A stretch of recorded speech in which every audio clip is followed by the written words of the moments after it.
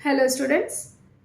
आज जो है हम देखेंगे पार्ट 3 प्राकृतिक संरचना एवं अपवाह तंत्र। प्राकृतिक संरचना तथा अपवाह तंत्र का जलवायु पर, साथ ही साथ जनसंख्या वितरण, उद्योग, परिवहन आदि घटकों पर इनका सबसे अधिक प्रभाव पड़ता है, क्योंकि जिस तरह की संरचना होगी उसी तरह से वहाँ की जलवायु होगी और उसी के अनुसार वहाँ पे जनसंख्या कम या अधिक होगा और उसी के अनुसार हम वहाँ पे उद्योग कर सकते हैं और परिवहन की व्यवस्था होती है। इसलिए प्राकृतिक संरचना और अपवाह तंत्र बहुत ही महत्वपूर्ण घटक हैं।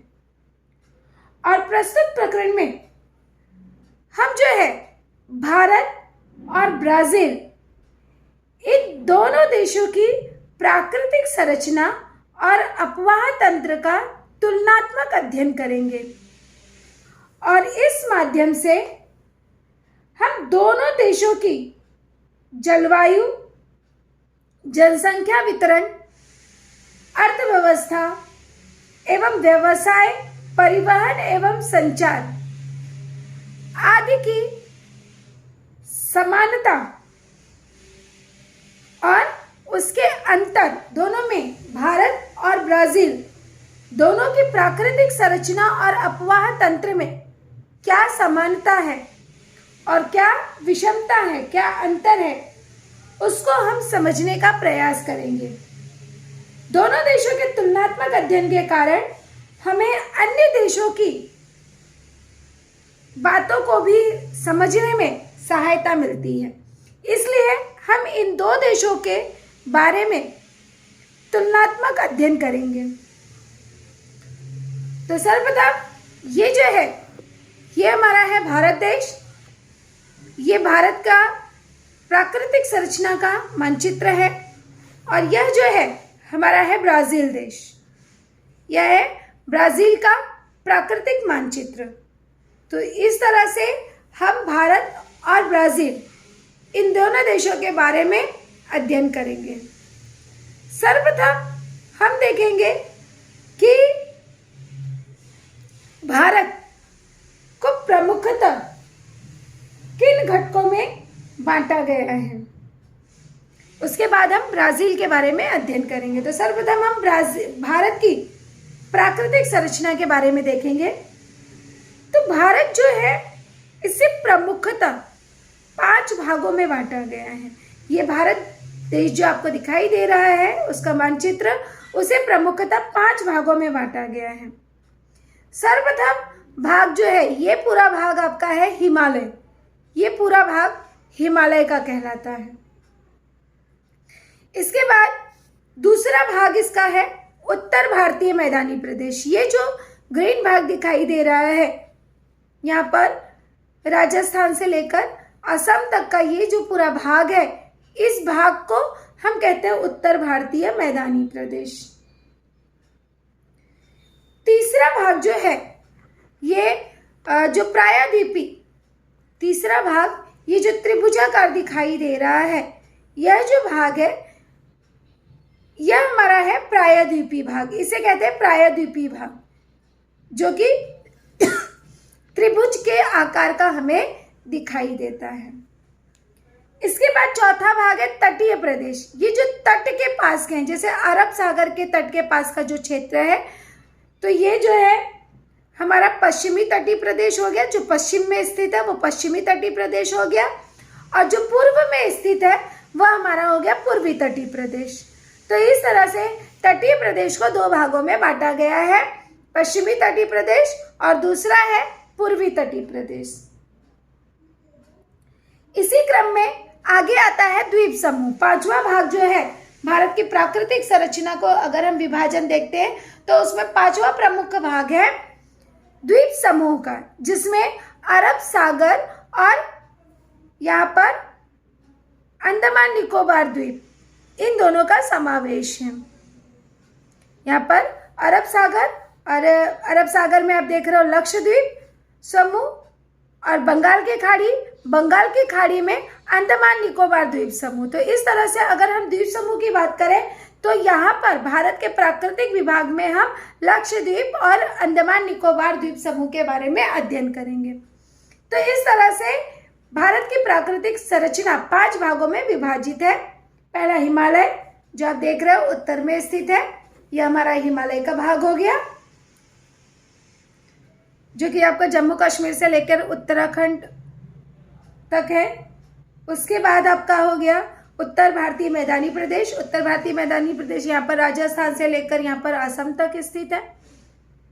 इसके बाद यहाँ पर तीसरा भाग हो गया प्रायद्वीप का, जो गुजरात से लेकर यहाँ पर केरल तक पूरा दक्षिणी भाग जो है वो आपका प्रायद्वीपीय भाग हो गया। चौथा भाग आता है तटीय प्रदेश। यहाँ पे पश्चिम में जो है पश्चिमी तटीय प्रदेश और पूर्व में जो है वो पूर्वी तटीय प्रदेश। इस तरह से 2 भागों में विभाजित किया गया है। और पांचवा आता है हमारा द्वीप समूह, जो कि अरब सागर में लक्षद्वीप समूह और यहाँ पर बंगाल की खाड़ी में अंडमान निकोबार द्वीप समूह। इस तरह से 2 प्रमुख द्वीप समूह बने हुए हैं। अब हम इसके बारे में, इन 5 प्राकृतिक विभाग के बारे में गहराई से अध्ययन करेंगे कि यह जो भाग है वह कहां से कहां तक स्थित है। इसका हम भौगोलिक स्पष्टीकरण देखेंगे।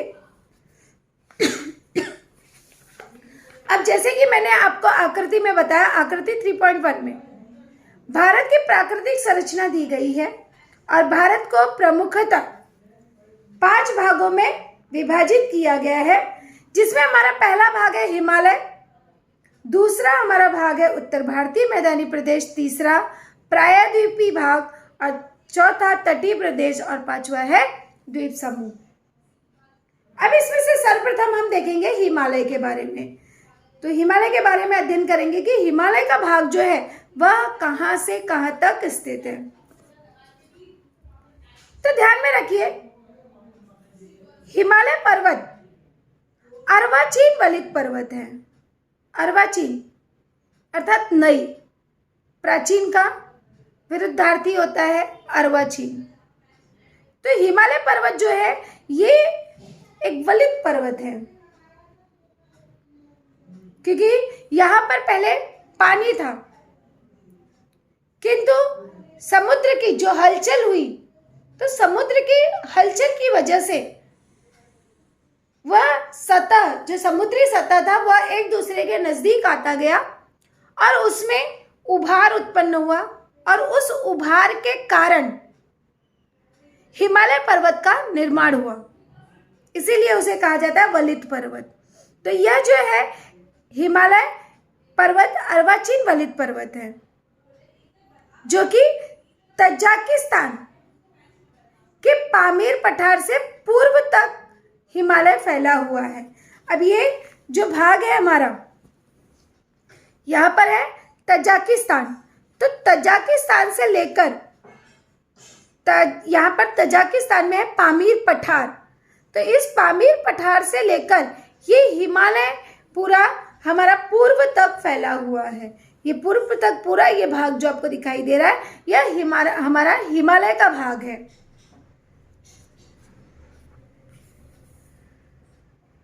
और यह जो भाग है यह एशिया महाद्वीप की प्रमुख पर्वत श्रृंखला है, सबसे महत्वपूर्ण पर्वत श्रृंखला है। और अगर हम हिमालय की बात भारत में करते हैं तो भारत में हमारा हिमालय जो है यह जम्मू कश्मीर से लेकर अरुणाचल प्रदेश, यहाँ पर हमारा हो गया अरुणाचल प्रदेश, ये भाग जो है हमारा अरुणाचल प्रदेश का हो गया। तो जम्मू कश्मीर से लेकर अरुणाचल प्रदेश तक फैला हुआ भाग ये पूरा हमारा हिमालय है। ध्यान में रखिए, अगर हम विश्व के नजरिए से देखते हैं तो यहाँ पर तजाकिस्तान, अगर एशिया भूखंड के अनुसार हम देखते हैं तो तजाकिस्तान के पामीर पठार से लेकर यह भाग जो है फैला हुआ है पूरे पूर्व तक। और अगर हम सिर्फ भारत की बात करते हैं तो भारत में हमारा हिमालय जो है यह जम्मू कश्मीर से लेकर अरुणाचल तक फैला हुआ है। तो ये तो हमने बात की कि हिमालय जो है यह किस तरह की पर्वत श्रेणी है और यह कहाँ से कहाँ तक स्थित है भारत में। यहाँ पर हमारा रिक्त स्थान के लिए क्वेश्चन बनता है, जैसे हिमालय पर्वत खाली स्थान पर्वत है तो अर्वाचीन वलित पर्वत, ये आपको ध्यान में रखना है, अर्वाचीन वलित पर्वत है। भारत में एक वाक्य के लिए पूछा जा सकता है कि भारत में हिमालय कहां से कहां तक फैला हुआ है या हिमालय का विस्तार क्या है। तो भारत में हिमालय जम्मू कश्मीर से लेकर अरुणाचल प्रदेश तक फैला हुआ है।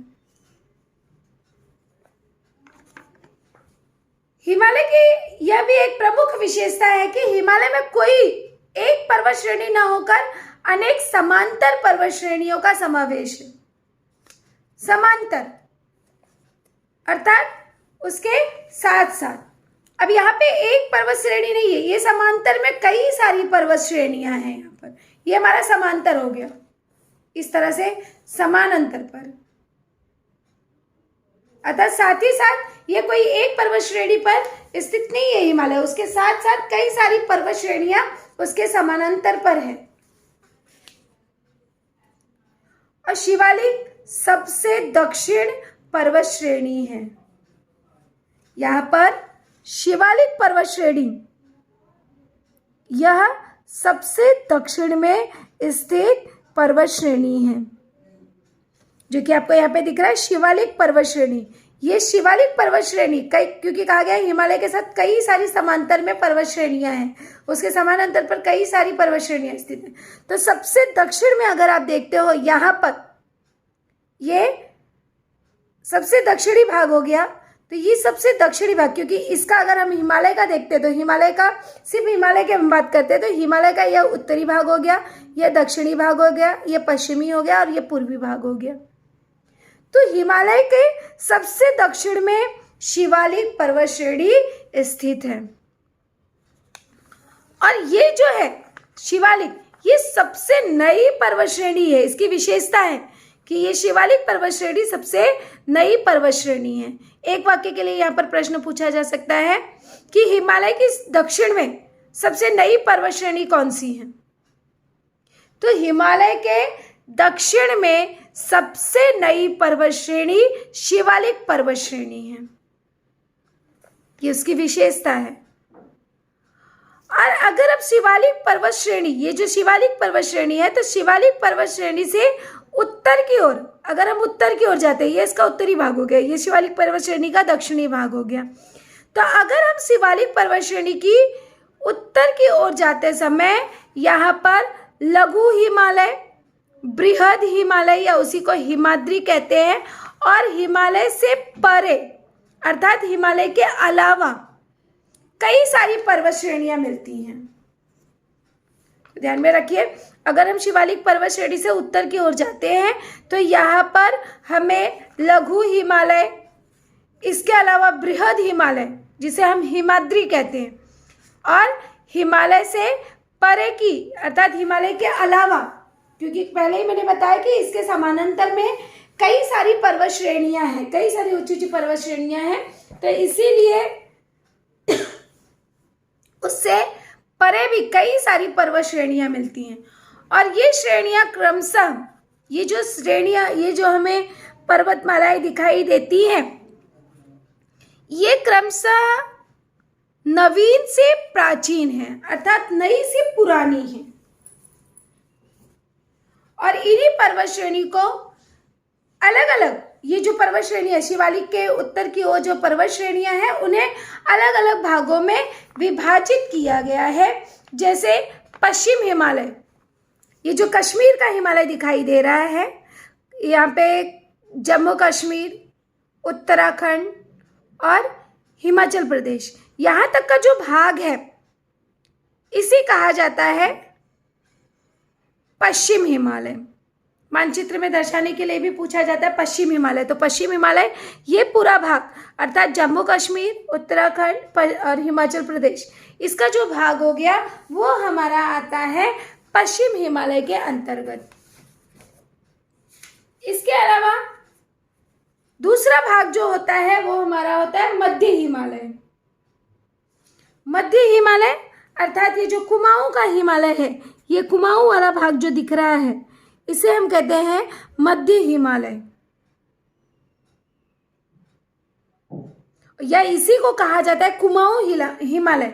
कुमाऊं हिमालय के नाम से भी जाना जाता है।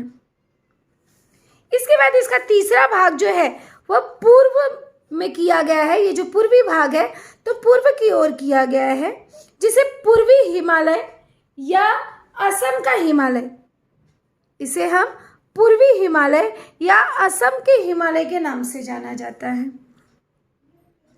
तो इस तरह से हिमालय का विभाजन किया गया है। ध्यान में रखना है कि हिमालय पर्वत जो है, इस तरह से यहाँ पे पूछा जा सकता है कि हिमालय पर्वत को किन भागों में विभाजित किया गया है। तो हिमालय पर्वत श्रेणी को प्रमुखतः 3 भागों में विभाजित किया गया है: पश्चिम हिमालय, मध्य हिमालय और पूर्व हिमालय। या इसी को पश्चिम हिमालय को ही हम कश्मीर हिमालय के नाम से जानते हैं, मध्य हिमालय को हम कुमाऊं हिमालय के नाम से जानते हैं, और यहाँ पर जो पूर्वी हिमालय है उसे हम असम हिमालय के नाम से जानते हैं। तो इन शॉर्ट में कहा जाए तो ये हमारे हिमालय की विशिष्टता हो गया। यहाँ पे बड़े 4 मार्क्स के लिए क्वेश्चन पूछे जा सकते हैं कि हिमालय के बारे में स्पष्ट कीजिए।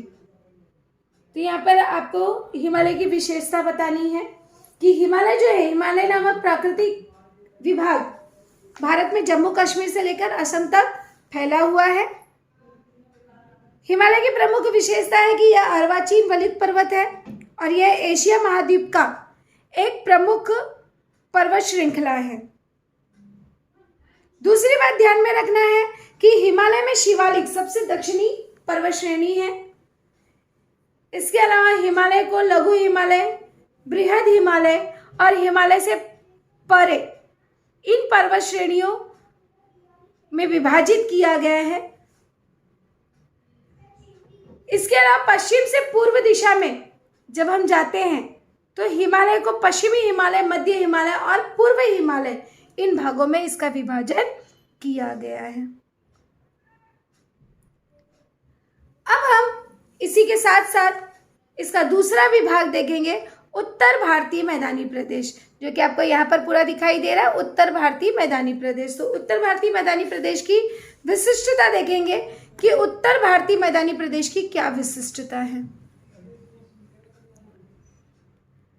उत्तर भारतीय मैदानी प्रदेश, यह प्राकृतिक विभाग हिमालय के दक्षिण तलहटी से भारतीय प्रायद्वीप की उत्तरी सीमा तक फैला हुआ है।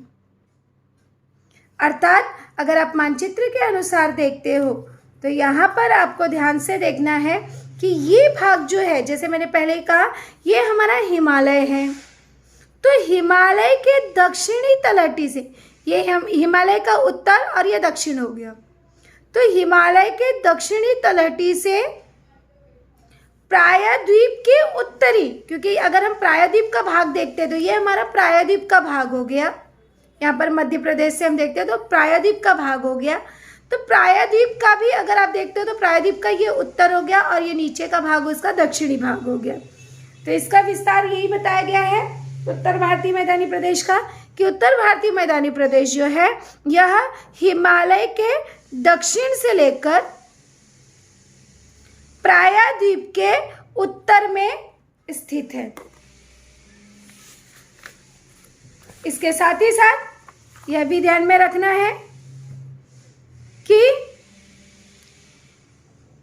वैसे ही वह पश्चिम की ओर राजस्थान, पंजाब से पूर्व में असम तक फैला हुआ है। जो हमारा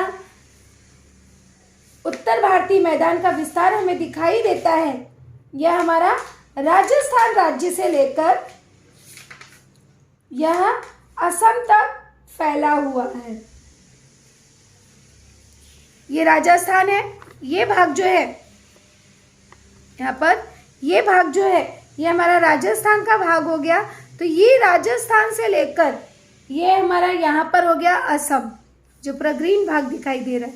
तो ये पूरा जो है हमारा उत्तर भारतीय मैदानी प्रदेश। अब एक वाक्य के लिए पूछा जा सकता है कि उत्तर भारतीय मैदानी प्रदेश का विस्तार कहाँ तक स्थित है या कहाँ तक फैला हुआ है। तो उत्तर भारतीय मैदानी प्रदेश यहाँ पर राजस्थान पंजाब से लेकर असम तक यह फैला हुआ है। यह भाग अधिकांश रूप से निचला और समतल है। जैसे अगर हम हिमालय की बात करते हैं तो हिमालय जो है वहां पे पर्वत श्रेणियां हैं, किंतु हिमालय का भाग जो है वह समतल भूमि है और यह निचला क्षेत्र है। उत्तर भारतीय मैदानों को दो भागों में बांटा जा सकता है। यहाँ पर ये जो हमारा मैदानी प्रदेश दिख रहा है, उत्तर भारतीय मैदानी प्रदेश, जो कि निचला है और समतल है, इन भागों को भी दो प्रमुख भागों में विभाजित किया गया है। अब दो प्रमुख भाग कौन से हैं? पहला भाग जो है, इसका पहला भाग है अरावली पर्वत के पूर्व की ओर का भाग जो है उसे गंगा नदी का मैदानी प्रदेश कहते हैं। अब यहां पर हमारा है अरावली पर्वत, ये रहा अरावली पर्वत। तो अरावली पर्वत के अगर हम देखते तो ये पश्चिम हो गया और ये पूर्व हो गया। तो ये जो अरावली पर्वत का पूर्वी भाग है, ये पूरा भाग जो है इसे हम कहते हैं गंगा नदी का मैदानी प्रदेश, या इसे ही अरावली पर्वत के पूर्व का भाग के नाम से जाना जाता है। अब इसकी विशेषता है कि इसे गंगा मैदान के रूप में पहचाना जाता है और इस मैदानी प्रदेश की ढाल जो है वह पूर्व की ओर है। अब यहाँ पर हमारी है गंगा नदी, तो इसे गंगा नदी का मैदानी प्रदेश के नाम से जाना जाता है और इसका ढाल भी जो है वह पूर्व की ओर है। भारत के पश्चिम बंगाल, अब यहाँ पर जो हमारा है ये भाग दिखाई दे रहा है, ये हमारा पश्चिम बंगाल का भाग है। तो पश्चिम बंगाल का जो राज्य का अधिकांश भाग एवं बांग्लादेश, अब बांग्लादेश ये भाग है, ये पश्चिम बंगाल और ये बांग्लादेश, यहाँ का जो भाग है इसे मिलाकर गंगा ब्रह्मपुत्र का त्रिभुज प्रदेश बनता है और इस प्रदेश का नाम जो रखा गया है वह है सुंदरवन। इसीलिए यहाँ पर सुंदरवन दर्शाया जाता है, क्योंकि पश्चिम बंगाल और बांग्लादेश का जो भाग है इसे ही मिलाकर गंगा और ब्रह्मपुत्र नदी का त्रिभुजी प्रदेश, ये त्रिभुजाकार दिखाई देता है, इसलिए यहाँ पर त्रिभुज प्रदेश बना हुआ है और इसी त्रिभुज प्रदेश को सुंदरवन के नाम से कहते हैं। तो इस तरह से उत्तर भारतीय मैदानी प्रदेश को दो भागों में बांटा जा सकता है। पहला भाग होता है अरावली पर्वत का गंगा का मैदानी प्रदेश और दूसरा होता है पश्चिम बंगाल का और यहाँ पर बांग्लादेश का जो त्रिभुजाकार प्रदेश है सुंदरवन के नाम से जिसे कहते हैं। तो इस प्रकार से इसके दो भाग बनाए गए हैं और ये जो सुंदरवन है यह जो है विश्व का सबसे विशाल त्रिभुज प्रदेश है, ये सबसे विशाल त्रिभुजाकार प्रदेश है। तो यहाँ पे एक प्रश्न बनता है कि खालिस्तान विश्व का सबसे विशाल त्रिभुज प्रदेश है। अभी यहाँ पे इस तरह से पूछा जा सकता है आपको कि खालिस्तान विश्व का सबसे विशाल त्रिभुज प्रदेश है, तो उत्तर में मिलेगा सुंदरवन।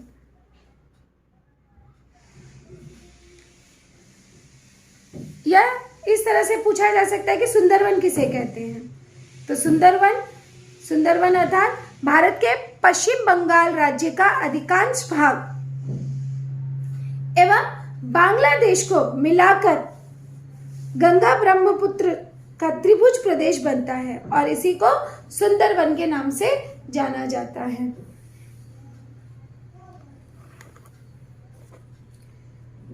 तो ये तो हमारा हो गया गंगा का प्रदेश। उत्तर भारतीय मैदान के पश्चिम भाग में रेगिस्तान है। अब इसकी विशेषता है, ये तो पूर्व का भाग हो गया कि यहाँ पर पूर्व में गंगा का मैदानी प्रदेश और गंगा ब्रह्मपुत्र का मैदानी प्रदेश है। किंतु अगर हम अरावली पर्वत के पश्चिम में देखते हैं तो अरावली पर्वत का पश्चिमी प्रदेश जो है वहाँ पर पूरा रेगिस्तान भाग है, यहाँ पर ये मरुस्थली भाग है। तो इस तरह से उत्तर भारतीय मैदान के पश्चिम भाग में रेगिस्तान है और यह थार का रेगिस्तान या मरुस्थल के नाम से प्रसिद्ध है। तो यहाँ पर एक प्रश्न बनता है कि थार का रेगिस्तान किसे कहते हैं या मरुस्थल किसे कहते हैं? तो उत्तर भारतीय मैदानी प्रदेश का पश्चिम भाग जो है उसे रेगिस्तान, वहां पर पश्चिमी भाग में रेगिस्तान है और इसी को थार का रेगिस्तान या मरुस्थली भाग, ये जो भाग है पश्चिमी भाग, उसे थार का रेगिस्तान या मरुस्थली भाग के नाम से जाना जाता है। राजस्थान का अधिकांश भाग इस रेगिस्तान से व्याप्त है। खालिस्तान के लिए पूछा जा सकता है कि खालिस्तान का अधिकांश भाग मरुस्थल से व्याप्त है, तो किसका मरुस्थल से व्याप्त है? राजस्थान का। या इस तरह से भी पूछा जा सकता है कि राजस्थान का अधिकांश भाग खालिस्तान से व्याप्त है, तो रेगिस्तान। इसके उत्तर की ओर के भाग को पंजाब के मैदानी प्रदेश के नाम से जानते हैं। अब अगर हम इसका, ये तो हमारा पश्चिमी भाग हो गया, किंतु अगर हम राजस्थान के उत्तर की ओर जाते हैं तो यहाँ पर हमारा है पंजाब और हरियाणा। तो उत्तरी भाग को पंजाब और हरियाणा के मैदानी प्रदेश के नाम से जाना जाता है और यह प्रदेश अरावली पर्वत व दिल्ली पर्वत श्रेणी के पश्चिम की ओर फैला हुआ है। अब ये हमारा अरावली पर्वत है। अरावली पर्वत से अगर हम पश्चिम की ओर देखते हैं तो ये हमारा पंजाब और हरियाणा का मैदानी प्रदेश और दिल्ली का मैदानी प्रदेश है। तो इस मैदान का निर्माण सतलज और उसकी सहायक नदियों के निक्षेप कार्य से हुआ है। निक्षेप अर्थात जो भी बालू, रेत, मिट्टी, जो भी नदियां अपने साथ बहा कर लेकर आती हैं तो वो उसे एक जगह पर जमा कर देती हैं, उसे कहते हैं निक्षेपण करना। तो गंगा नदी, सतलज नदी और उसकी जो सहायक नदियां हैं उससे पंजाब और हरियाणा के मैदानी प्रदेश का निर्माण हुआ है और इस मैदानी प्रदेश की मृदा उपजाऊ होने के कारण यहाँ पर कृषि जो है वह बहुत ही बड़े पैमाने पर होता है। तो ये हमारा हो गया उत्तर भारतीय मैदानी प्रदेश की विशिष्टता। ये आपको ध्यान में रखना है कि उत्तर भारतीय मैदानी प्रदेश का विभाग जो है वह एक आपका है गंगा का मैदान, दूसरा आपको ध्यान में रखना है थार का रेगिस्तान और तीसरा पंजाब का मैदानी प्रदेश। गंगा का मैदान, अब गंगा का मैदान कहाँ पर है ध्यान में रखिए, ये आपका हो गया गंगा का मैदान जो कि पूर्व में अरावली पर्वत के पूर्व का जो भाग है वो गंगा का मैदान है, जिसमें भारत के पश्चिम में पश्चिम बंगाल राज्य और बांग्लादेश को मिलाकर यहाँ पर सुंदरवन बनाया गया है। दूसरा हमारा आता है अरावली पर्वत के पश्चिमी भाग। तो अरावली पर्वत का जो पश्चिमी भाग है उसकी विशेषता है कि वहाँ पर रेगिस्तान है, जिसके कारण उसे मरुस्थली भाग या थार का रेगिस्तान के नाम से जाना जाता है और राजस्थान का अधिकांश भाग जो है इस रेगिस्तान के अंतर्गत आता है।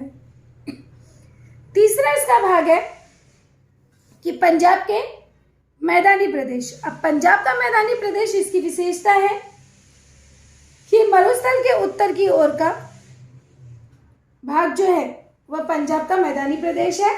इसकी विशेषता यह है कि यहाँ पर इसका निर्माण जो है वह सतलज नदी के निक्षेपण कार्य के कारण हुआ है और यहाँ पर उपजाऊ मृदा है। कृषि जो है वह सबसे अधिक पैमाने पर किया जाता है। तो ये हमारा हो गया उत्तर भारतीय मैदानी प्रदेश। अब हम तीसरा देखेंगे प्रायद्वीपीय भाग, जो कि यह भाग है। तो देखेंगे कि प्रायद्वीपीय भाग कहाँ से कहाँ तक फैला हुआ है। तो प्रायद्वीपीय भाग जो है उत्तर भारतीय मैदानी प्रदेश के दक्षिण की ओर फैला हुआ और हिंद महासागर की ओर का शंक्वाकार होता जाने वाला भाग जो है वह भारतीय प्रायद्वीप के नाम से जाना जाता है। पहले ही मैंने आपको बताया कि यह भाग जो है, अब ये हमारा हो गया उत्तर भारतीय मैदानी प्रदेश, जो कि यहाँ पर राजस्थान पंजाब से लेकर असम तक, राजस्थान पंजाब से लेकर असम तक फैला हुआ है। तो इसका जो दक्षिणी भाग है, यह दक्षिणी भाग और हिंद महासागर तक का ये जो शंक्वाकार, ये हमें शंकु के आकार का दिख रहा है, या जिसे आप कह सकते हो त्रिभुजाकार भाग जो है, यह जो त्रिभुजाकार भाग है इसे हम कहते हैं प्रायद्वीपी भाग। तो यहाँ पर एक वाक्य के लिए प्रश्न पूछा जा सकता है कि प्रायद्वीपी भाग किसे कहते हैं। तो ध्यान में रखना है कि उत्तर भारतीय मैदानी प्रदेश के दक्षिण की ओर फैला हुआ एवं हिंद महासागर की ओर शंक्वाकार दिखाई देने वाला या होता जाने वाला जो प्रदेश है उसे भारतीय प्रायद्वीप के रूप में जाना जाता है। और इसमें जो है कई सारे छोटे बड़े पठार हैं, इसमें जो है कई सारे छोटे बड़े पठारों का समावेश है, जैसे महाराष्ट्र का पठार, नागपुर का पठार, कर्नाटक का पठार, तेलंगाना का पठार। तो कई सारे ऐसे छोटे छोटे पठारों का समावेश है जिससे इस प्रायद्वीप का निर्माण हुआ है।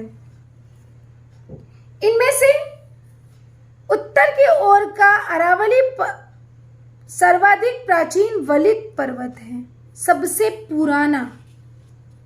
ध्यान में रखिए, ये जो आपको अरावली पर्वत दिख रहा है जो कि उत्तर की ओर प्रायद्वीप का, अब ये प्रायद्वीप की बात करेंगे तो प्रायद्वीप का ये उत्तरी भाग हो गया, ये दक्षिणी भाग हो गया, नीचे दक्षिणी, ये पश्चिमी और ये उत्तरी। तो यहाँ पर प्रायद्वीप के उत्तर में अगर हम देखते हैं तो अरावली पर्वत सबसे प्राचीन पर्वत श्रेणी है। खालिस्तान में पूछा जा सकता है कि प्रायद्वीप में उत्तर की ओर का खाली स्थान सर्वाधिक प्राचीन वलित पर्वत है, तो अरावली। इस भाग में समतल मैदानों को सीमांकित करने वाले पठारों की श्रृंखलाएं हैं। कई सारी जगहों पर समतल मैदान हैं। जैसे आप महाराष्ट्र की बात कीजिए तो महाराष्ट्र में भी आपको कई सारी जगहों पर समतल मैदान दिखाई देंगे। और जैसे यहाँ पर मध्य भाग में विंध्य सतपुड़ा पर्वत, पश्चिम घाट और पूर्व घाट के